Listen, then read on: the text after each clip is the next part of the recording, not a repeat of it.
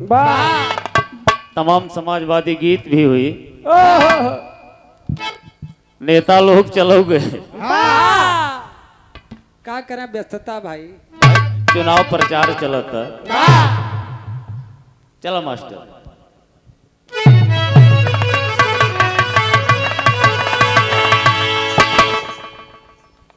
दो तीन लाइन के समाजवादी गीत इधरों से ले ले, उसके बाद भी रहा की शुरुआत हो। कहना बात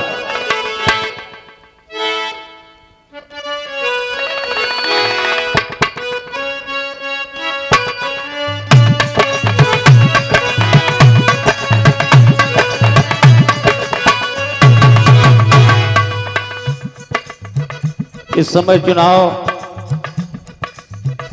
शायद अमेठी में 20 मई का होगा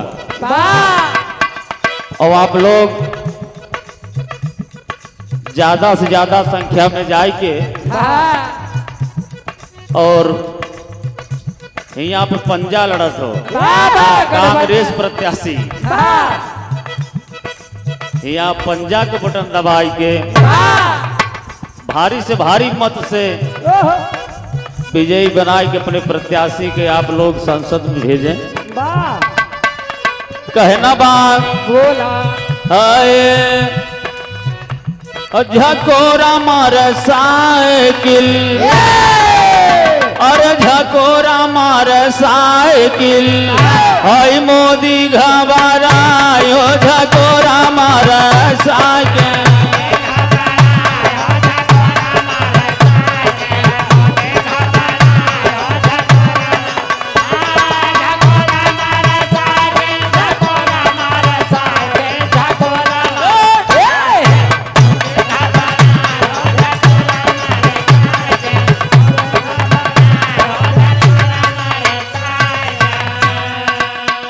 और 24 में जाई हाई फूल मोरा झाई हो झकोरा मार मोदी घबा।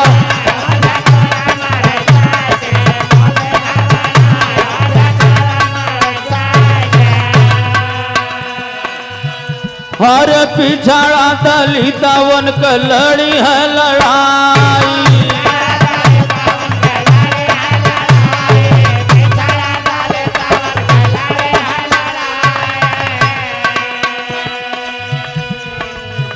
हर बनी के मसीहा अइले अखले सभाई।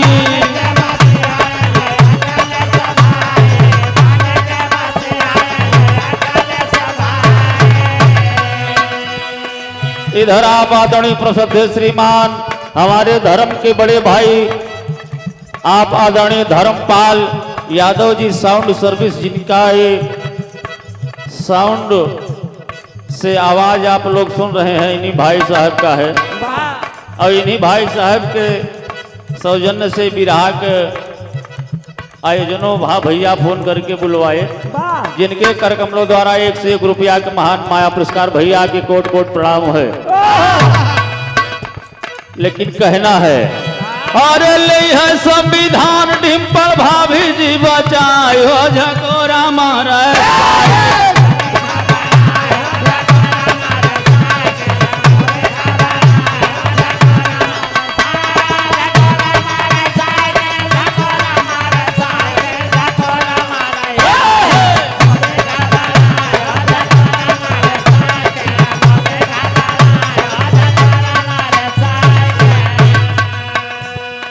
इस समय ध्यान देना है बाबूजी, संविधान के लिए लड़ाई लड़ रहे हैं और अपने संविधान को बचाना है। अगर कहीं अब की बार भाजपा की सरकार बन गए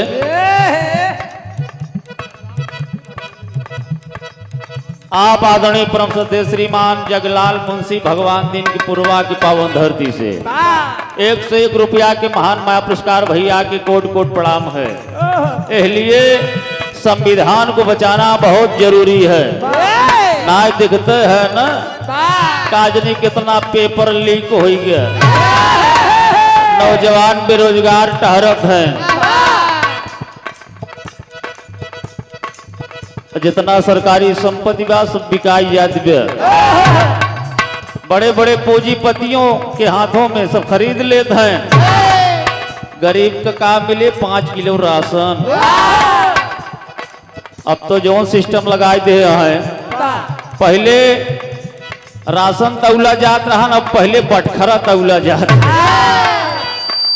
पहले जा गिट्टी भरे हैं, गिट्टिया तौल के मशीनी पे अंगूठा रखबे तो पहले ओका तौल देंगे, ओकरे बाद राशन बाद में देंगे। जहाँ 20 किलो मिले को 19 किलो थमाइए। बोलबिया का तो सुना न जाए, लेकिन इसीलिए कहना बात हर जंग में समाजवादी शेरवा दहाड़ी।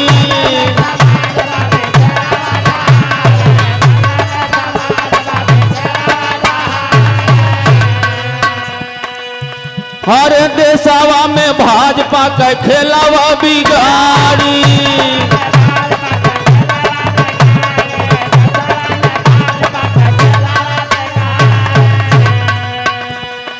आप आदरणीय परमश्रद्धेय श्रीमान आर.के. टेंट हाउस बगिया कैलाश के पावन धरती से 51 रुपया के महान महापुरस्कार भैया के कोट कोट प्रणाम है। अरे जंग में समाजवादी शेरवा दहाड़ी।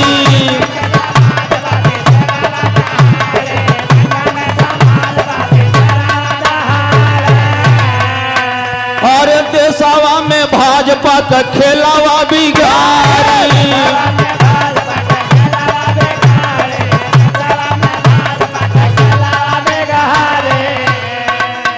हर शिवपाल चाचा चल सीना फूलो हो झकोरा मोरे।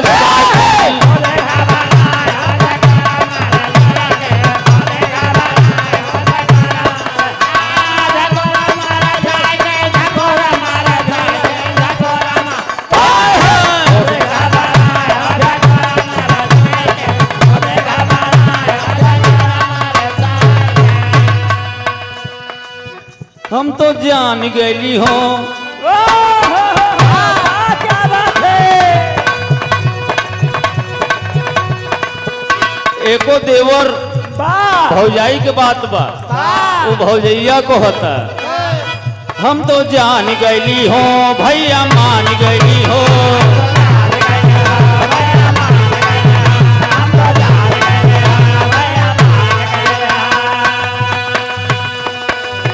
हम तो जान गई हो भैया मान गई हो, अपने शिवपाल चाचा के पहचान गई हो।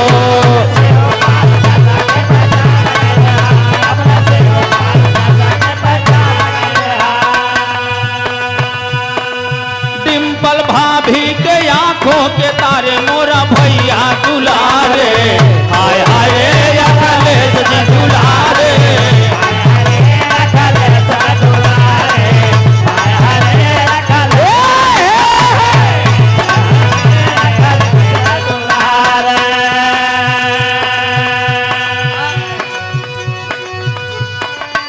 लेकिन कहना है अखिलेश भैया चढ़ी साइकिल पे।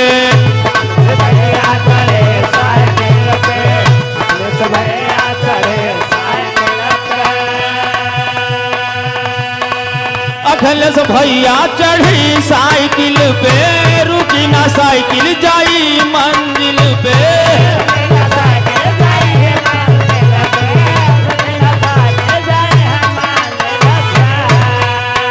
अरे धीरे धीरे वो पंडिल के मारे मोरा भैया दुलारे। हाय हाय रे अखिलेश जी दुलारे।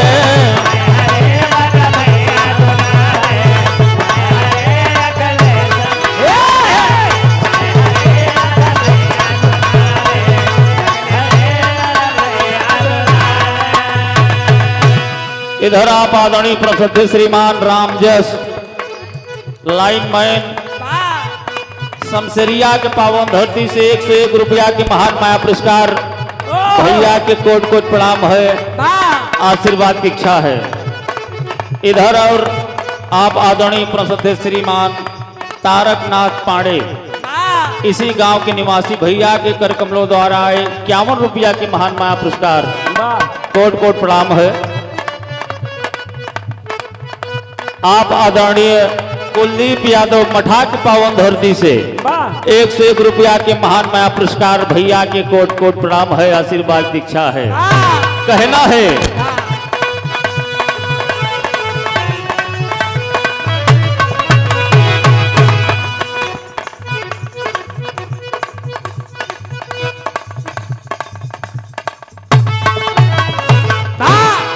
तमाम ऐसा नेता ऐसा गलत गलत बयानबाजी करत है कि 400 पार ओहो 400 पार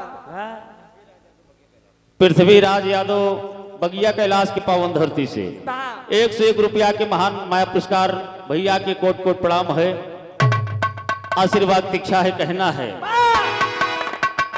चाहे कारा सीना जोरी, चाहे कारा मारा मारी, चाहे सेना धोरे चाहे कारा मारा मारे चाहे कारा सेना धोरे चाहे कारा मारा मारे अब की एकदम जनता मूड बनाई ले बा,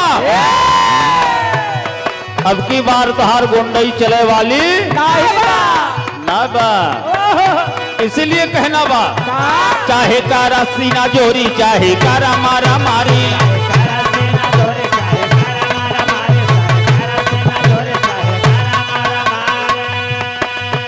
मारे इधर आप आदरणीय परम श्रीमान सिद्धनाथ यादव वाह खुशियरिया के पावन धरती से 101 रुपया के महान माया पुरस्कार भैया के कोट कोट प्रणाम बा, कहना बा।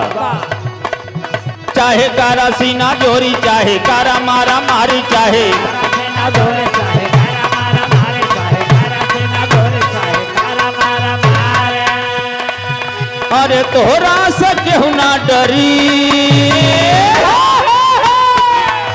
तो अब की साइकिल वाला झंडा निरहू के बंगला पर लहरी।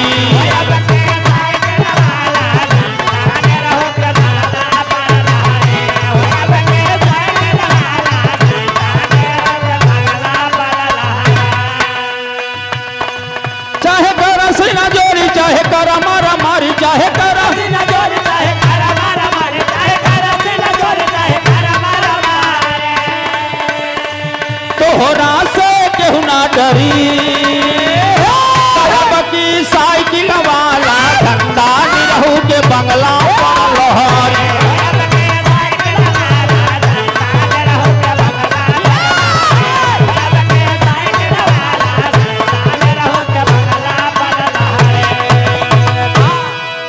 इधर आप आदरणीय प्रसिद्ध श्रीमान राकेश यादव नीमी के पावन धरती से 101 रुपया के महान माया पुरस्कार भैया के कोट कोट प्रणाम है, वाह आशीर्वाद दीक्षा है, कहना है।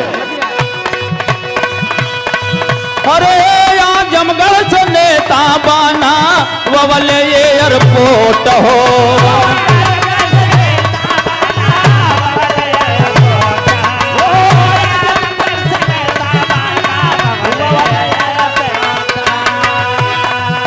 आज तक भाजपा सरकार सिर्फ नाम बदलत,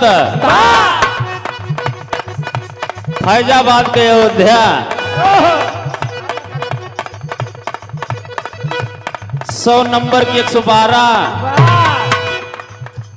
तमाम ऐसे जिला का नाम बदलत है। और पास अखिलेश सरकार फीता काटे मोदी की काम, कहना बा।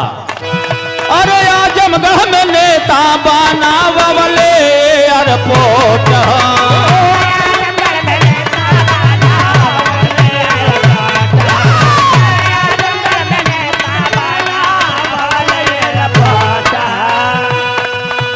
शिव बालक यादव शमशेरिया के पावन धरती से 101 रुपया के महान माया पुरस्कार भैया के कोट कोट प्रणाम है, कहना है। अरे काटी काटी फीता के मांगत बाटे वो कहो,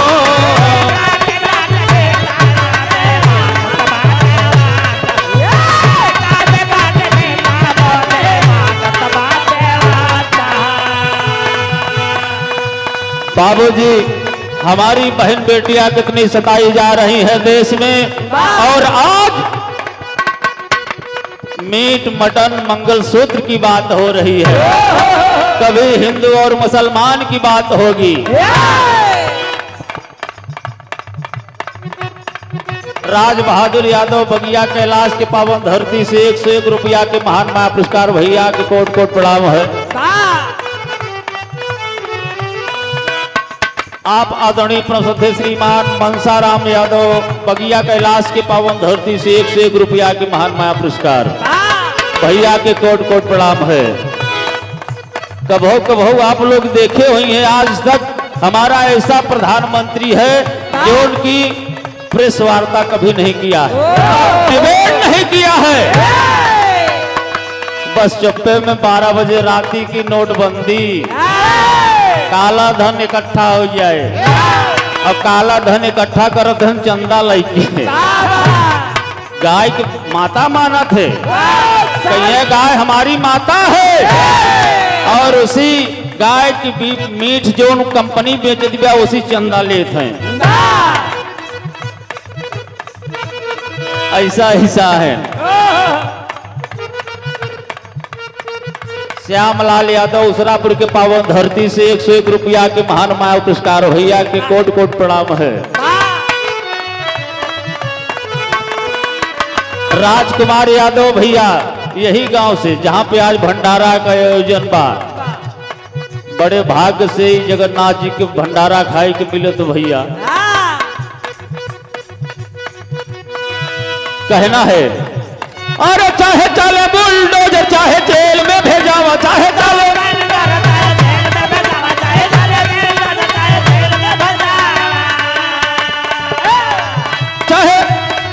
चाहे बुलडोजर चलावा चाहे जेल में भेजावा, तोहरा से केहू ना डरी। तब की सापा वाला झंडा विरोधी के छाती पर गड़ी।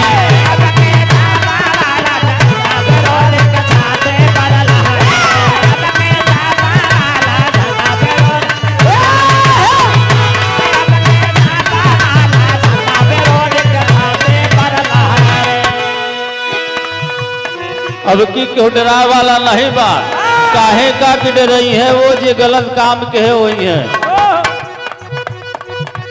और जे गलत काम के है हाँ का तू जानता मैं जानते भाग भाग उन्हीं के पार्टी में जात हैं। जैसे सूप लाई की माताएं बहनाएं करावत हैं, जितना गंदा है न वो सब निकल जात है, जो बढ़िया चीज रही जात। अब एकदम पार्टी स्वच्छ होगी बात। वैसे अखिलेश भैया किराए दे है, जितना लुटेरा रहे ना, जितना माफिया रहे सब वही में चला गए। और आज वो अपने दूध से धोवा बतावत है। एक से एक भैया काजनी कई करोड़ रुपया घपला घोटाला कई के आज बीजेपी के वॉशिंग पाउडर में धोए उठा है। कहना है चाहे बुलडोजर चलावा चाहे जेल तू भेजावा, चाहे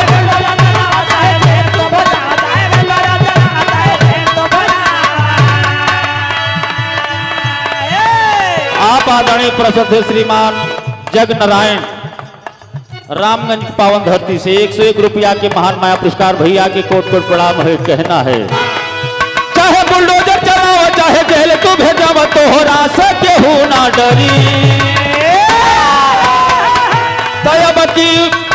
तब की सापा वाला झंडा मोदी के छाती पर गड़ी।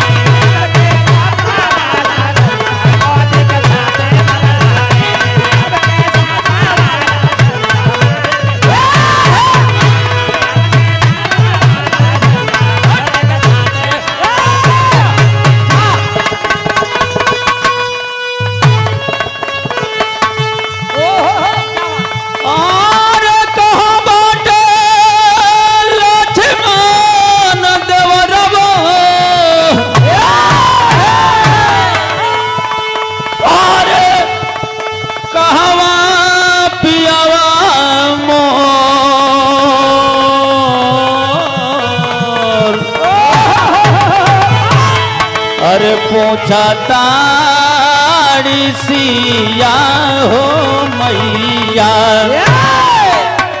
कि पूछा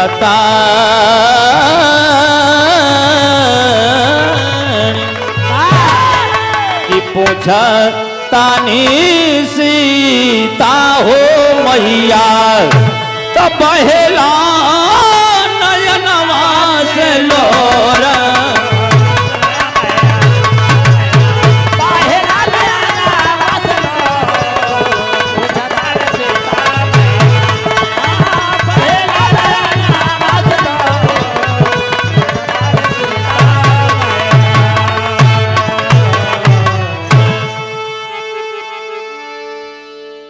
आओ भैया बिरहा चला बिरहा की तरफ आओ भैया। मास्टर पर्दा लो छोड़ो।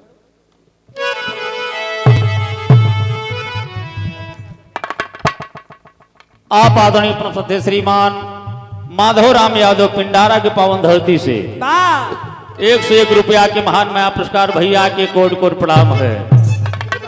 चला सुर दे के आओ मास्टर।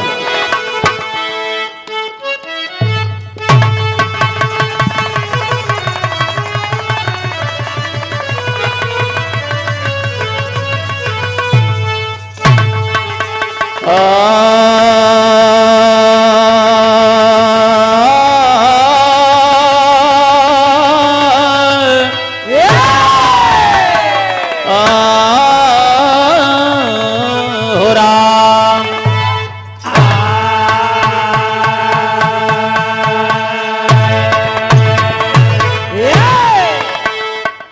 विराग शीर्षक हो संस्कार की महानता उर्फ दुल्हन एक दुल्हा चार। क्या बात। 4 लाइन की भूमिका है मास्टर।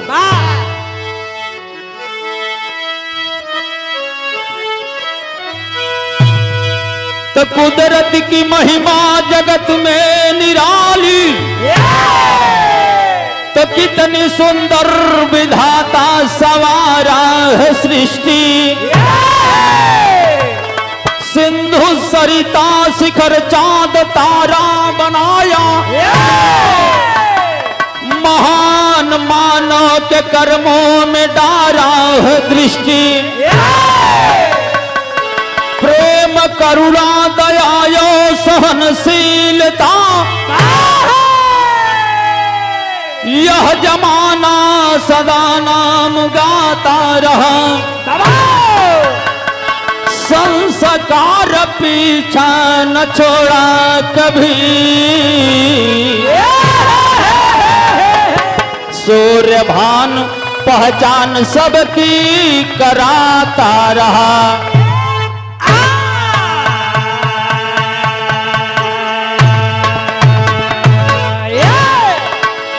आप आदरणीय परम श्रद्धेय श्रीमान छोटे लाल यादव नंदमहर के पावन धरती से 101 रुपया के महान माया पुरस्कार भैया के कोट कोट प्रणाम है। आशीर्वाद की इच्छा है। कहना है एक लाइन गजल के भाव मिला मास्टर।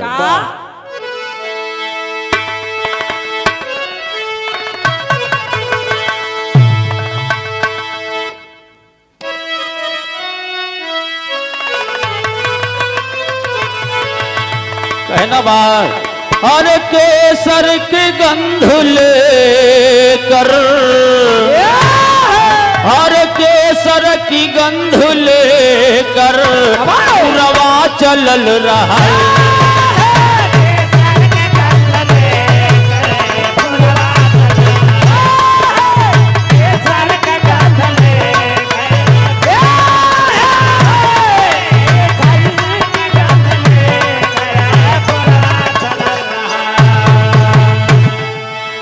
इधर आप आदरणीय प्रसिद्ध श्रीमान हरिश्चंद्र यादव सूबेदार के पूर्वा के पावन धरती से 51 रुपया के महान माया पुरस्कार।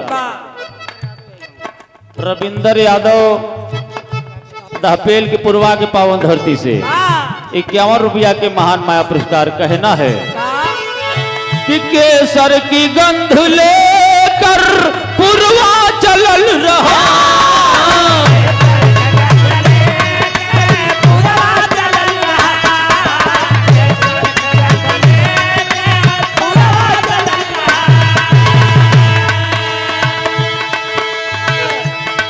हर देखली कि उनके घरवा के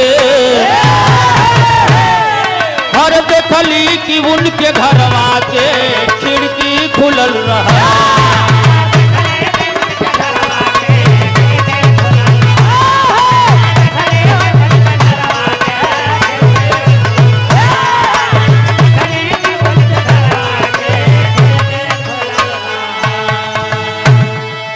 ये तो तर्ज बालक इसी भाव में कवि ने कितना बेहतरीन लाइन लिखा। कहना है, अरे गुजरा हुआ जमाना, अरे गुजरा हुआ जमाना कहता नजीर है।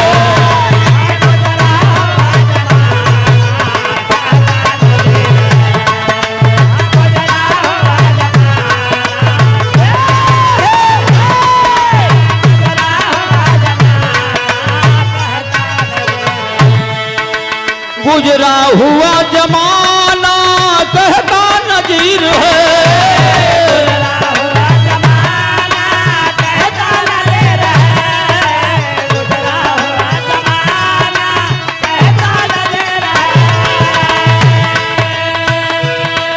और खुशबू को साथ लेकर, और खुशबू को साथ लेकर चलता समीर है।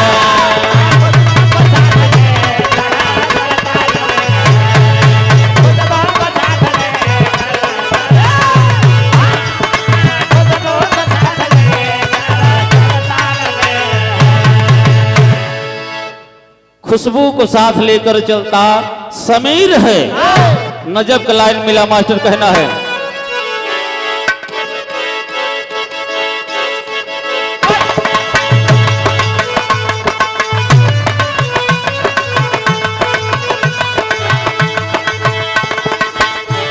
कुदरत ने रचा सब कुछ महान जहां में,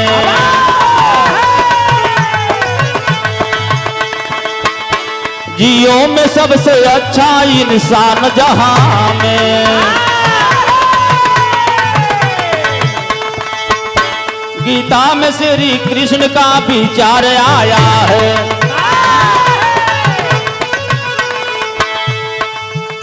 प्रारब्ध अच्छा बुरा ही संसार पाया है।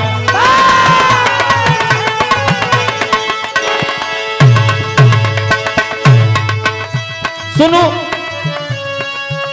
सुनो कुछ गौर से एक राजा की कहानी, सुनो कुछ गौर से एक राजा की कहानी, सभी के अच्छे बुरे के कर्मों की निशानी।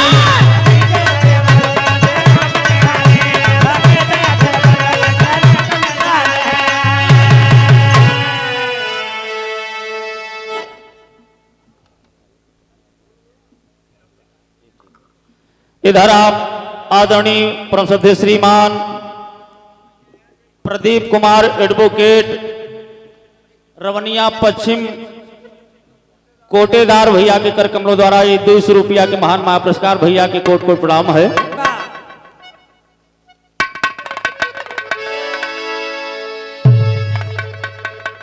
इधर आप आदरणीय परम श्रद्धेय श्रीमान बड़े भाई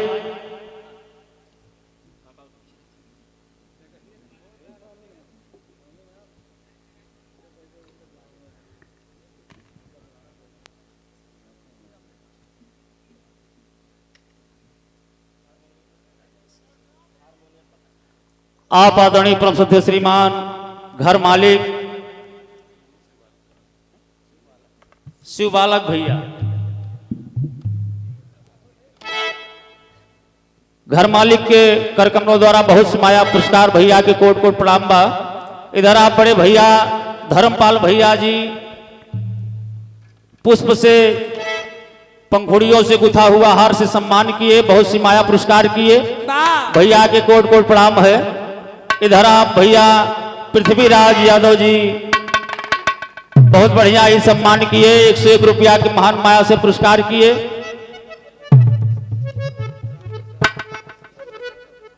इधर आप आदरणीय परम श्रद्धेय श्रीमान हमारे बहुत ही अजीज मित्र, आप सदैव फोन करके बात करते रहते हैं। आप आदरणीय श्री राम जस यादव शमशेरिया के पावन धरती से बहुत बढ़िया स्वागत किए, सम्मान किए भैया।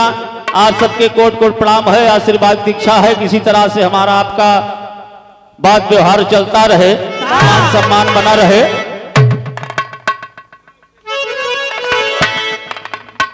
कहना है कि बाबू साहब बिरहा का शीर्षक है संस्कार की महानता। एक राजा थे, उन्हीं की कहानी है, कहना है।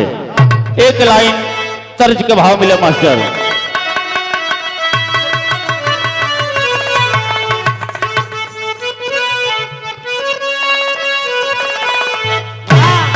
तर्ज ये हुए बा के बाटू अबही,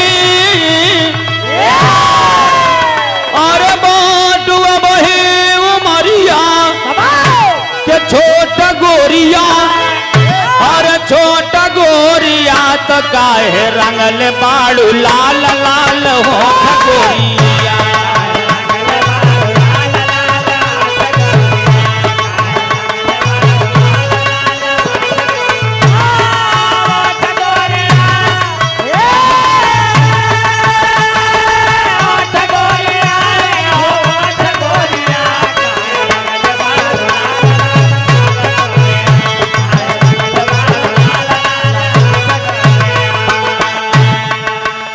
कहानी एक राजा की है। राजा बहुत ही अच्छा राजा था अपने नगर का, और करता क्या है, अरे दीन दुखियों पे ममता, अरे लुटाव राजा जी तय अपने पारजा पे ममता लुटाव राजा।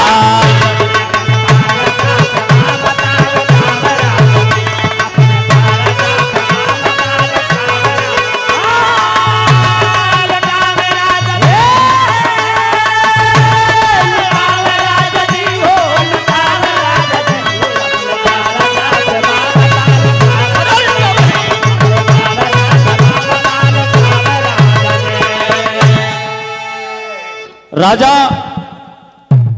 और प्रजा में कोनो अंतर नहीं रखत रहे। बहुत बढ़िया राजकाज चल रहा था।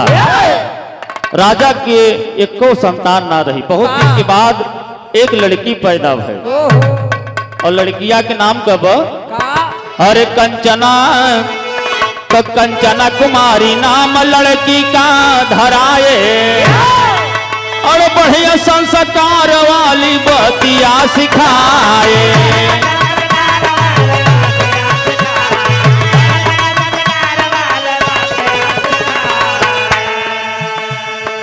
और धर्म कर्म वाली शिक्षा और दिलाए राजा जी, और दिलाए राजा जी तय अपने ममता पे, तो अपने पारजा पे ममता लुटाए राजा।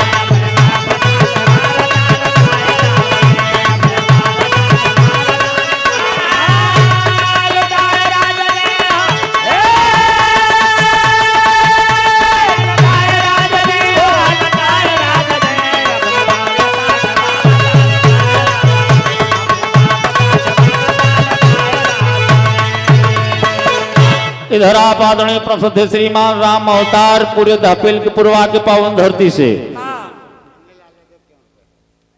इधर आप आदरणीय प्रसिद्ध श्रीमान नन्हेलाल यादव 51 रुपया के महान माया पुरस्कार भैया के कोट कोट प्रणाम है। राजा साहब के लड़की पैदा भई, और वह लड़किया के नाम संस्करण किया गया, और लड़की का नाम कंचना कुमारी रखा गया। राजा साहब ने उस अपनी बिटिया को बढ़िया शिक्षा, बढ़िया संस्कार दिलवावे शुरू कर दिए।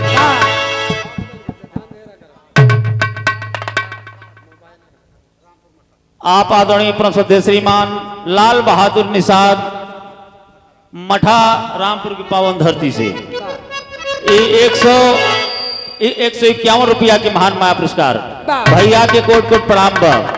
बढ़िया शिक्षा दिलावे लागे राजा जी। धीरे धीरे लड़की सयान हो गई, तो भाव बदल के मास्टर कहना बा, वह बा हमारे गुरु हीरालाल गावा करत रहे, स्वर्गीय हीरालाल कि तरे नरियरवा के बारी, कि तरे नरियरवा के बारी ऊपर श्याम गेंदा लगाई जा।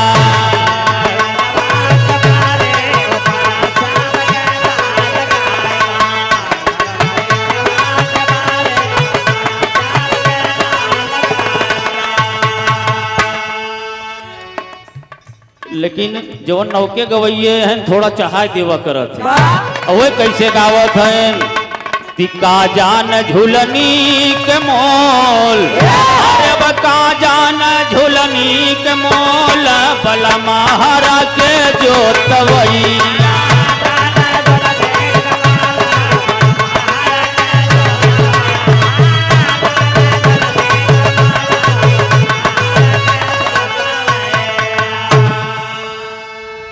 ये तो धुन तराना ऐसे चलत रहे, लेकिन बिरहा में आ जा राजा साहब की लड़की जब सयान होइए तो होत का बा कि धीरे धीरे भैली सयान हो, अरे धीरे धीरे भैली सयान, ज्ञान भरा बेटी के मन में।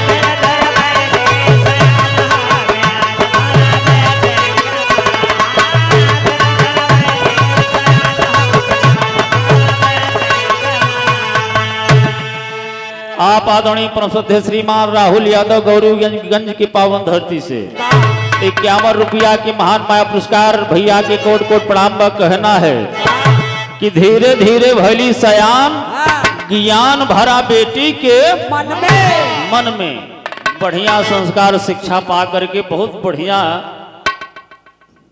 तरह से लड़की रहत बा। और राजा साहब के एक टेंशन बा कि बिटिया जवान होइगे, कहूँ एक खोज के बढ़िया से घर द्वार लड़का एक विवाह कर दिन जाए। तो राजा साहब का करत हैं अपने नगर के जो नाऊ और पंडित हैं उनको बुलवावत हैं। तो दुई नाऊ पंडित को राजा बुला के दिलवा की बतिया सब बोल समझा के, दिलवा के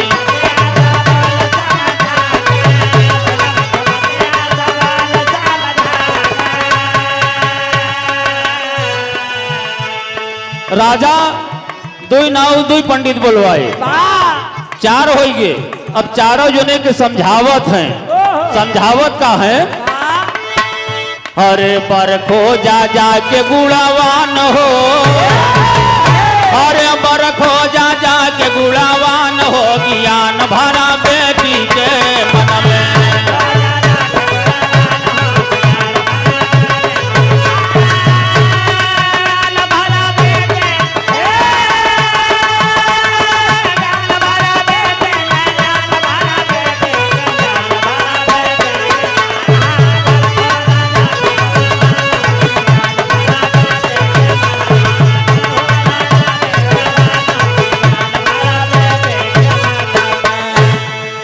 राजा साहब के दरबार में दुई नाव दुई पंडित हाजिर भे। राजा साहब बताए कि भैया लड़की बियाहे योग्य होगी बा, जाए के घर पर बढ़िया खोज के आवा, तब लड़किया के शादी कर दिन जाए। नाव पंडित मगन होगी कहीं महाराज जैसे नाथ के आज्ञा तुरंत घरे से निकल पड़े, लेकिन निकल पड़े एक लाइन तर्ज मिला मास्टर कहना बा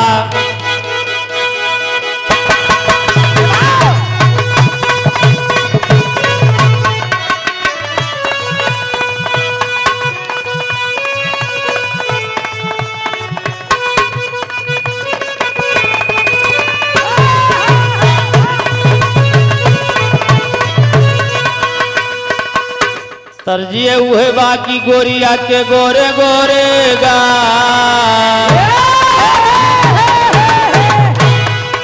अरे गोरिया के गोरे गोरे गाल बिहार में बवाल कैले बा।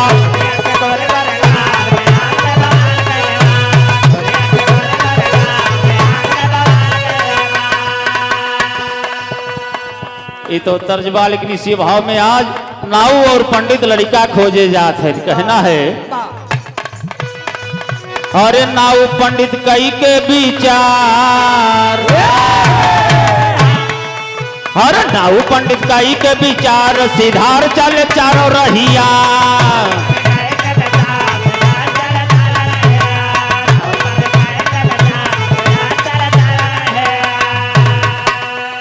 इधर आप आदरणीय परम श्रद्धेय श्रीमान भरत कुमार पिंडारा के पावन धरती से 151 रुपया के महान माया पुरस्कार भैया के कोट कोट प्रणाम बा। यस बाबू छोटा सा मुन्ना भैया विरहा के आनंद लेता हूँ। हम लोगन का आशीर्वाद हो कि भैया सदैव खुशहाल रहे, बढ़िया शिक्षा दिलाया भाई बाबू, ताकि शिक्षा जो होता है वो ऐसा धन होता है कि ओका क्यों बांट नहीं सकते। इसीलिए शिक्षा और संस्कार के बाद विरहा में होता। और जब शिक्षित नहीं है तो कतो इनका केहू रोक टोक ना पाई। भैया के कर कमलों द्वारा 101 रुपया के महान माया पुरस्कार हंसराज यादव दापेल के पूर्वा की पावन धरती से 101 रुपया की महान माया पुरस्कार बढ़िया भैया के कोट कोट प्रणाम बा।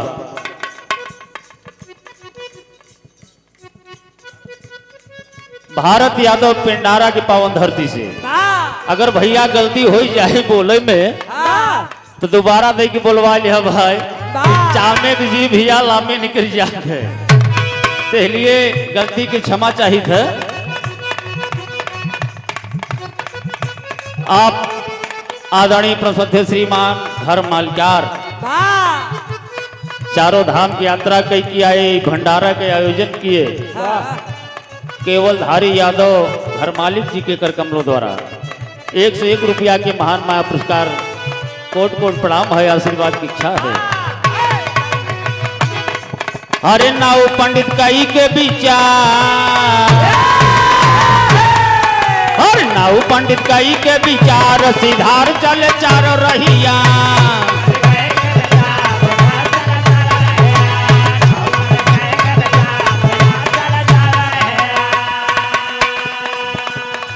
दोनों नाव दोनों पंडित चारों जने विचार करके घरे से निकल पड़े, घरे से निकल पड़े तो होत का बा अरे कुछ दूर साथे गईले चारों नौजवानावा।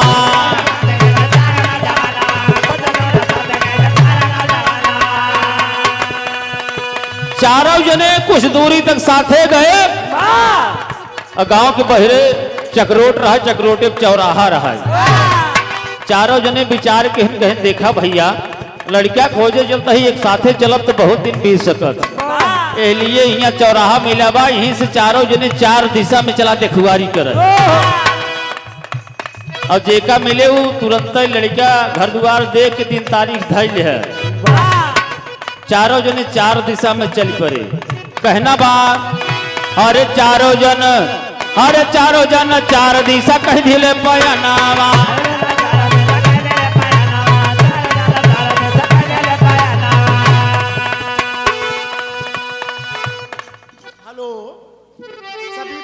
भाइयों को जय राम, जय सिया राम।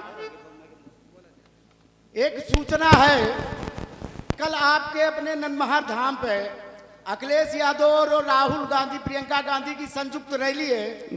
हम आप सभी लोगों से निवेदन करते हैं कि आप लोग भारी से भारी संख्या में पहुंचने का कष्ट करें, और साथ ही मैंने और जगह भी बताया है कि एक कैंसर का मर्ज जो 5 साल से चल रहा है आप लोगों पे, समय आ गया है 20 तारीख को हाथ के पंजे पर मोहर लगाकर इस कैंसर मर्ज को खत्म करें, अन्यथा ये लाइलाज हो जाएगा।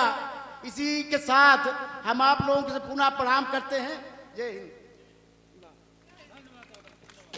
इधर आप आदरणीय प्रसिद्ध श्रीमान श्याम नारायण यादव प्रबंधक संत बैताली साहब कॉन्वेंट स्कूल बहुरखा शाहगढ़ अमेठी के पावन धरती से 200 रुपया की महान माया पुरस्कार भैया के कोट कोट प्रणाम है।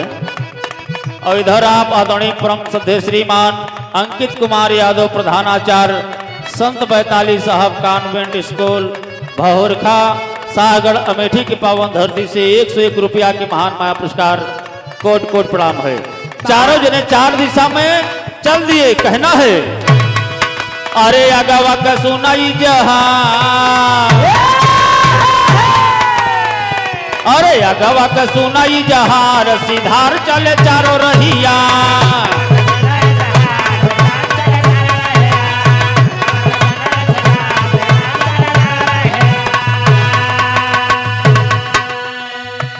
चारों जने चार दिशा में चला गए लड़कियां खोजे, लेकिन देखा होत का वो भाव बदल गई मास्टर, विदेशिया के भाव लग गए।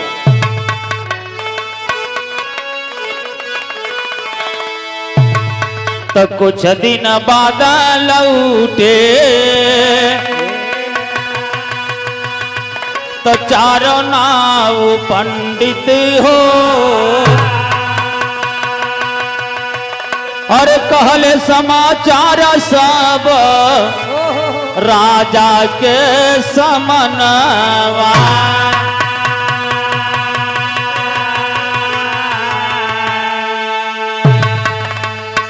कुछ दिन बाद देखुआरी के चारों जने राजा के दरबार में हाजिर भई। राजा के दरबार लगा है, सामने पहुंचन कहें महाराज की जय हो।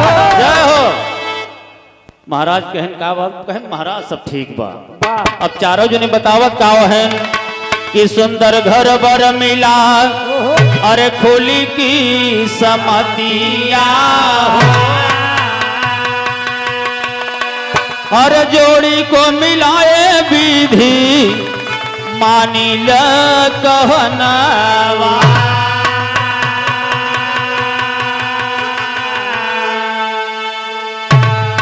चारों जने अपन अपन बात बताओ थे महाराज। बहुत बढ़िया जोड़ी मिली बा, लड़का देख के बहुत बढ़िया ही घर द्वार एकदम बढ़िया बा बढ़िया बा। कहना बा कि चरहू तो चरहू की बात सोनी राजा जी दुखित भइले। अरे एक दिन बारात आई हमारे भवनवा।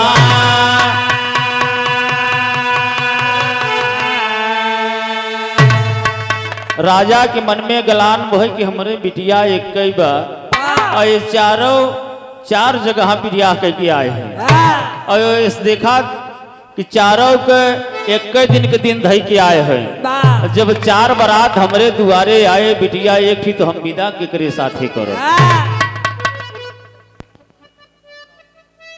जगदीश प्रसाद विश्वकर्मा गुलाल की पूर्वा की पावन धरती से 101 रुपया के महान महापुरस्कार भैया के कोट कोट प्रणाम बा। अब चारों जने बारात लेके आई है, हम विदा कैसे करब। राजा बड़े चिंता में पड़ेगी बाबूजी। टेरी के भाव लगल मास्टर।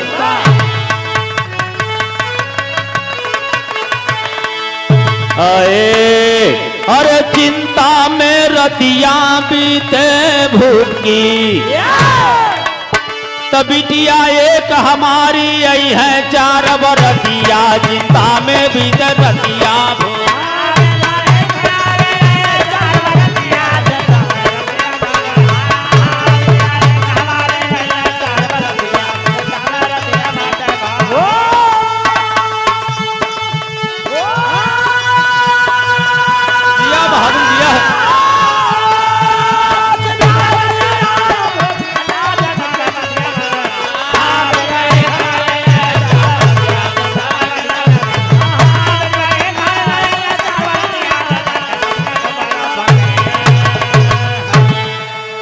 अरे धीरे धीरे दिनवा बीता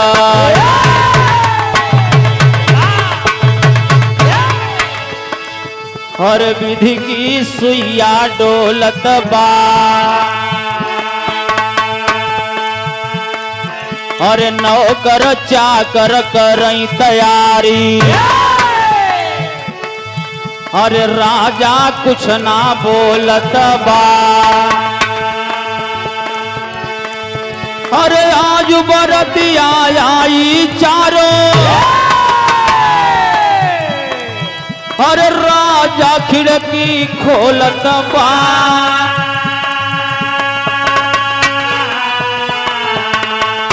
अरे भोरवा होते घर से भागी भोरवा होते घर से भागा अपन मुड़वा फोरत बा।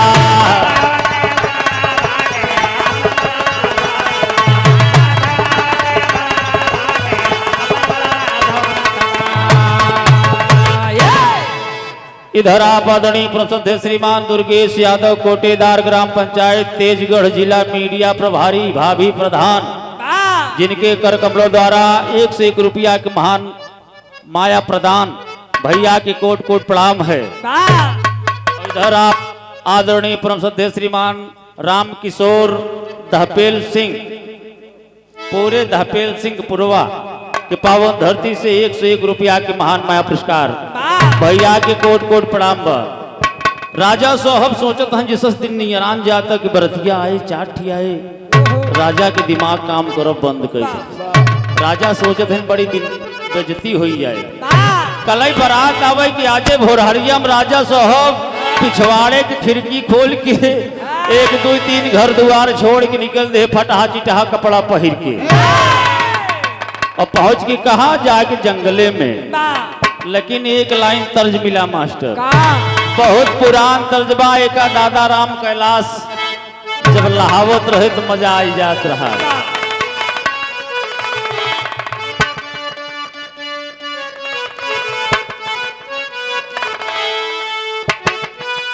हरे राम यादव पिंडारा के पावन धरती से 51 रुपया के महान माया पुरस्कार भैया के कोट कोट प्रणाम है।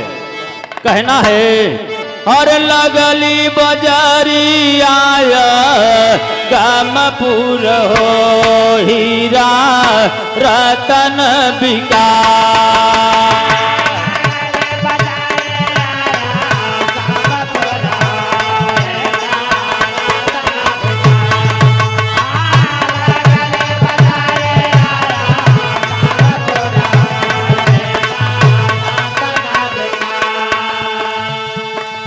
भैया बिरहा हो, बिरहा में कम से कम 35 मिनट से ज्यादा कितनो छोड़ भी रहा हो 35 मिनट जरूर ही ले। लेकिन आप सबका आदेश हो हम एक 10-15 मिनट में पूर्ण कर दे, वैसे बात नहीं बा। आप भैया दूर से आए उन्होंने को सुना हमरो सुना, हम तो मान लिया लोकल यही आपका तो सम्मान सबका है बाबूजी। कहना है और भेसवा बदली के राजा नवाना हो चाले घर से परा।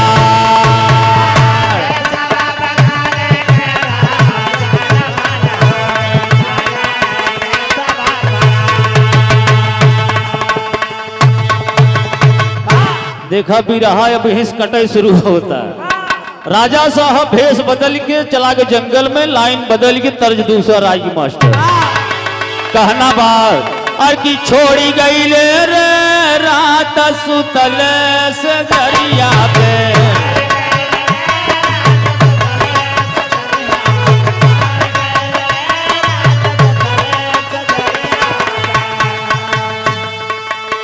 राजा साहब घरे से भागे जंगल में पहुंचे। जंगल में वो स्थान पे पहुंचे थे जहाँ एक महात्मा भजन करते हैं राम राम सीताराम सीताराम।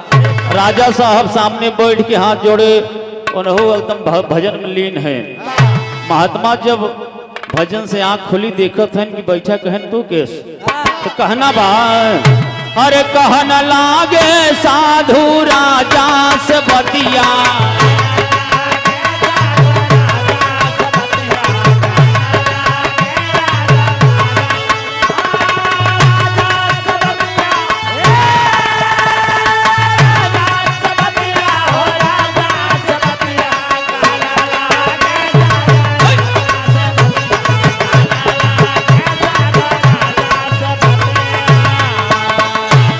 तो होई बदनामी राजा दुनिया में मोरी और दुखवा में जान दई दई है किशोरी। राजा साहब साधु से बताए कि महाराज गलती होगी बा बेटिया एक कई ठोर बा दुल्हा 4 बारात लेके आवत है यही मारा हमारे शर्म के घर द्वार छोड़ के भाग आई। अब हम लौट के घरे न जा। महात्मा समझावत है कि राजन अगर ये काम करबा तो तुहार बिटिया हो सकत जान दे दे अपन सब। राजा साहब कहन हाँ महाराज ये तो हो सकत। कहने लिए हमार बात माना और मान के घरे वापस जा। तो साधु कहत का है अरे लौटा भवन जाई अरे लौटा भवन जाई भागी अफतिया कहना लागे राजा साधु से बतिया।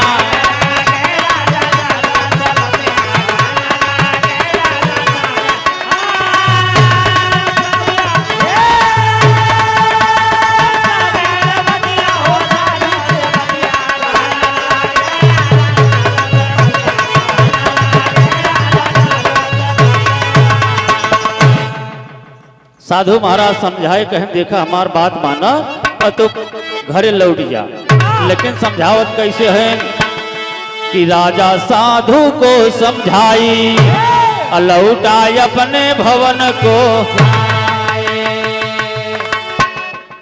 तो चिंता में बीत रतिया भूखी और पकड़ा 3 जानवर, मानो हमारी बतिया यही हो, बतिया यही हो।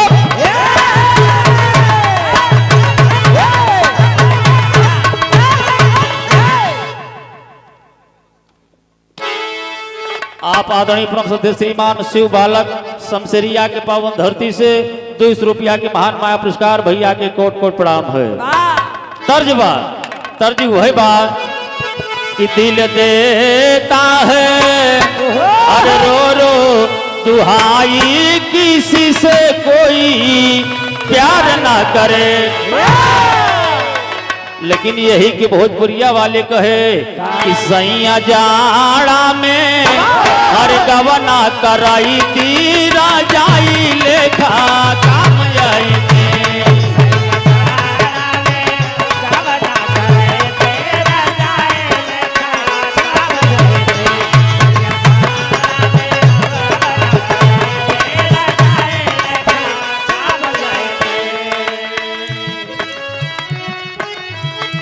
इधर आप आदरणीय परम श्रद्धेय श्रीमान राज बहादुर यादव लोकई के पूर्वा गौरीगंज के कर कमलों द्वारा 101 रुपया के महान माया पुरस्कार भैया के कोट कोट प्रणाम बा। आप आदरणीय परम श्रद्धेय श्रीमान महुली पूरे दहपेल के पूर्वा से 101 रुपया के महान माया पुरस्कार। इसी भाव में कहना है कि बीच राहिया में महात्मा ने समझाया राजा को, कहा कि राजन जा तो वहां हिया से, लेकिन हमार बात मान लिया। उनका एक ही बोतल में पानी दे, कहनी पानी ले रहे और जात रास्ता में 3 जानवर का बच्चा पकड़ ले है और पकड़ के एक का महल में अपने लग जाया और ये पानी उनके ऊपर छिड़क दे। साधु की बात मान के राजा साहब चल पड़े। रास्ता में करत का है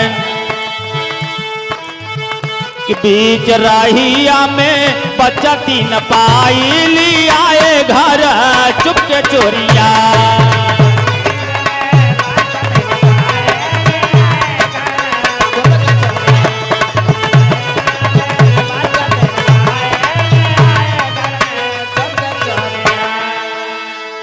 इधर आप आदरणीय परम श्रद्धेय श्रीमान शिव बालक यादव लल्लू शमशेरिया की पावन धरती से 51 रुपया के महान माया पुरस्कार। राजेंद्र यादव बड़गऊ 51 रुपया के महान माया पुरस्कार। पूरे लाला के पूर्वा।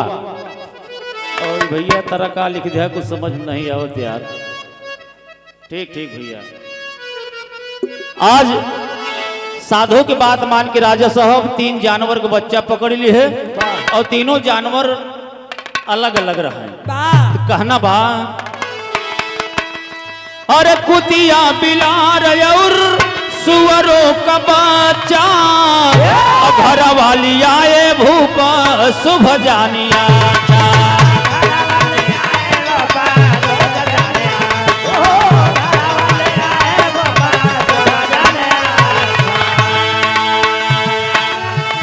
जल साधु वाला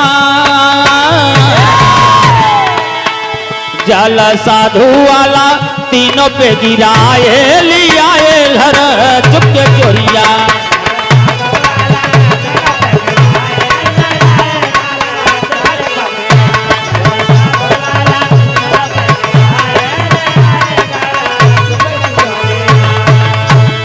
बब्बू झत्तकपुरवा की पावन धरती से 51 रुपया के महान माया पुरस्कार कोट कोट प्रणाम है। कहना है राजा 3 जानवर का बच्चा पकड़ के लाए, कुत्ता बिलार सुअर, तीनों का बच्चा पकड़ के राजा साहब अपने महल में लाए और वह साधु वाला पानी छिड़क दे। वो तीनों एकदम राजा साहब के बिटिया की नहीं के सूरत के 4 बिटिया होगी राजा वाली के लिए। राजा बड़ा मगन बहन भियान में बारात आए, बढ़िया स्वागत हुआ। सब गीत गौनई गावत है कहना बा एक लाइन भाव बदल की मास्टर।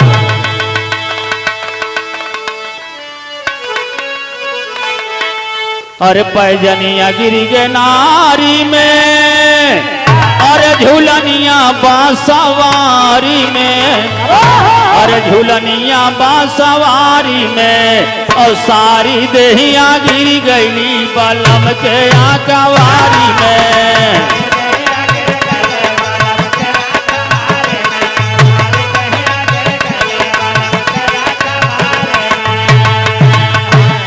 तमाम लोग बाग नर नारी भी यहाँ पर अब गीत गौनई गावत है नाचत गावत है कहना बात तो या जोरिया गारी गावेली, अरे बदरिया गारी गावेली, अजुटी के आजा द्वारे पे गुजरिया गारी गावेली।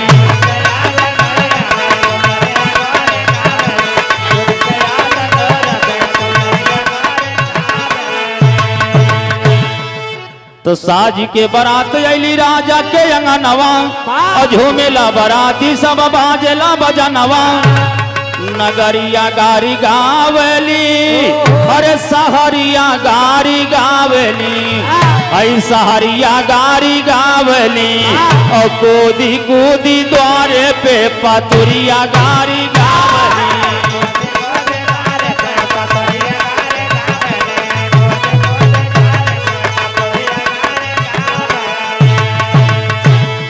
बढ़िया से बियाह संस्कार भवा चारों की विदाई हो तो मास्टर। तो जब चारों की डोली उठ के बाबू साहब चारों बिटिया राजा साहब के अपने ससुरे पहुंच गई, तो ससुरे पहुंच गई तो होत का बाप पहपट के भाव लगल मास्टर। अरे ले वो खातिर बिटियन की खबरिया राजा साहब हो, और पहुंचे जाके समधि के दुवरिया राजा साहब हो।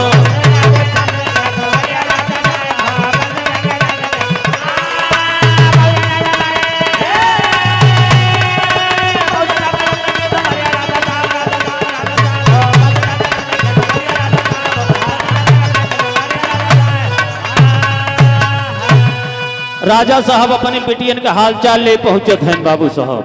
आल्हा के भाव लगा कि समधि बतावे लागे, अरे बहू का सहुरवाए भैया। राजा साहब पहले बिटिया के पहुंचत हैं, तो हुआ के समधि मिले पानी पत्ता भवा पूछे लागे भैया बिटिया कैसे कहन भाई बहुत बढ़िया बिटिया बा भाई। राम जस यादव भैया लाइनमैन शमशरिया के पावन धरती से 101 रुपया के महान माया पुरस्कार। बतावत का है समाधि बतावे लागे बहू के सहुरवाए भैया।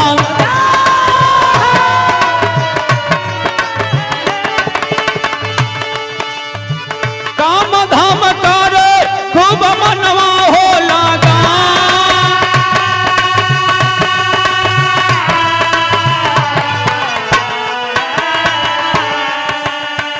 कहन भैया काम धाम बहुत बढ़िया करत लेकिन एक कमी बा कहनु का कहनी बार बार जाए को ही कोनों में लुकान देहा से। राजा साहब कहन की ये हमका लागत है कि कोनों में लुकान देहात है।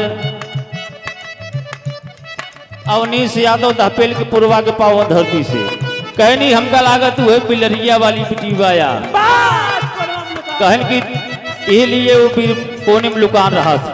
राजा साहब हुआ से उठे दूसरी बिटिया के यहाँ पहुंचे तो हुआ का होता है, तो राजा साहब हुआ पूछत हैं तो हुआ कहन भैया का बताई बढ़िया काम बहुत करत है सब कुछ बात सही बा, लेकिन हरदम झाँव झाँव करत रहा कौनो बतिये करा एकदम गुस्सा जात कहनी लागत है कि कुकुरिया आट है। राजा साहब तिसरकी खिया पहुंचे। राजा साहब जब तिसरकी खिया पहुंचे तो कहना बा खड़ी कही दे मास्टर।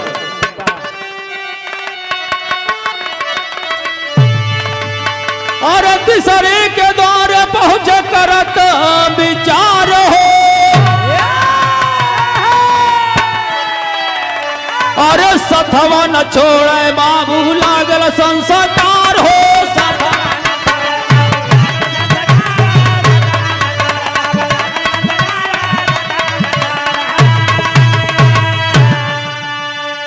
सुशील कुमार पांडे धपेल पूर्वा के पावन धरती से 101 रुपया के महान माया पुरस्कार। राम अचल यादव पूरे छता के पूर्वा के पावन धरती से 51 रुपया के महान माया पुरस्कार। राजा साहब तीसरी खिया पहुंचे तो हुआ का होदबा, अरे तीसरी के हाल समझी साहब जी सुनाई, और साड़ी कपड़ा जेवर खूब महंगा पहनाई।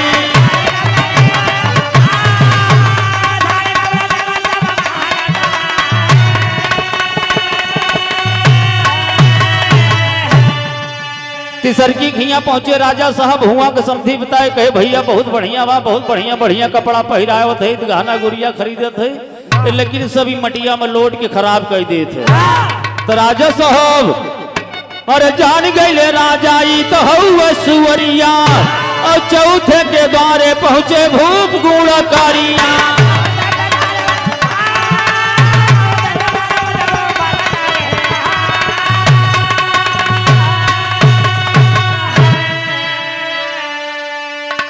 राजा साहब चौथी बिटिया खिया पहुंचे तो हुआ बढ़िया से खातिरदारी भोई। अरे समाधि बताओ, अरे बहु मिलल हो नहार हो,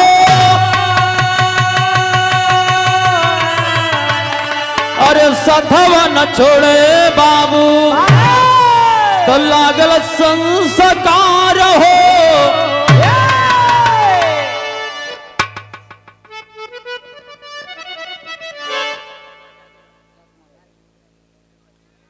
राजकुमार यादव रवनिया पश्चिम की पावन धरती से बहुत सी माया के महान पुरस्कार की भैया के कोट कोट प्रणाम है।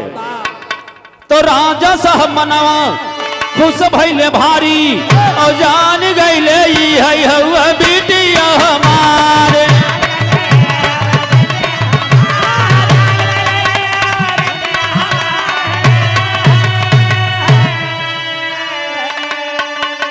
और धर्म कर्म अच्छा और गुण भरल हजार हो। बाबू साहब संस्कार राजा साहब अपनी बिटिया के अच्छा संस्कार दिलाए रहे, एक कारण राजा के मान सम्मान हुआ, ऊंचा पे हुआ। इसीलिए कहा जाता है कि शिक्षा सर्वोपरि सबसे ऊपर होती है। शिक्षा जैसा धन कोई धन नहीं होता है। कहना है आखिरी लाइन में बिठा के कि स्वामी गुरु बिहारी रमन ब्रिजलाल जी ज्ञानी, कवि जय प्रसाद की कलम बरसत रंग नुरानी। समर बहादुर धापेल की पूर्वा के पावन धरती से 21 रुपया के महान माया पुरस्कार।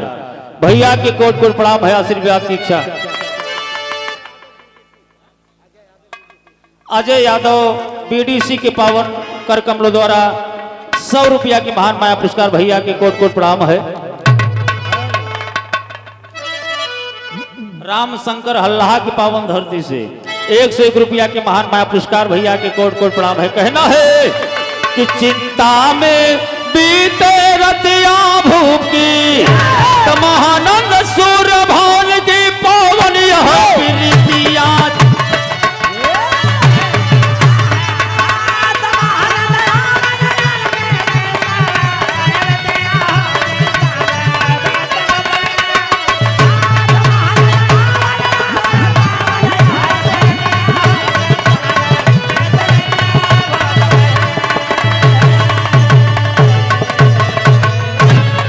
इधर आप आदरणीय शत्रुघ्न यादव तिलोटी की पावन धरती से 51 रुपया के महान माया पुरस्कार। अब भैया के बुखार बिंद्रों से आप भी रहा सुने।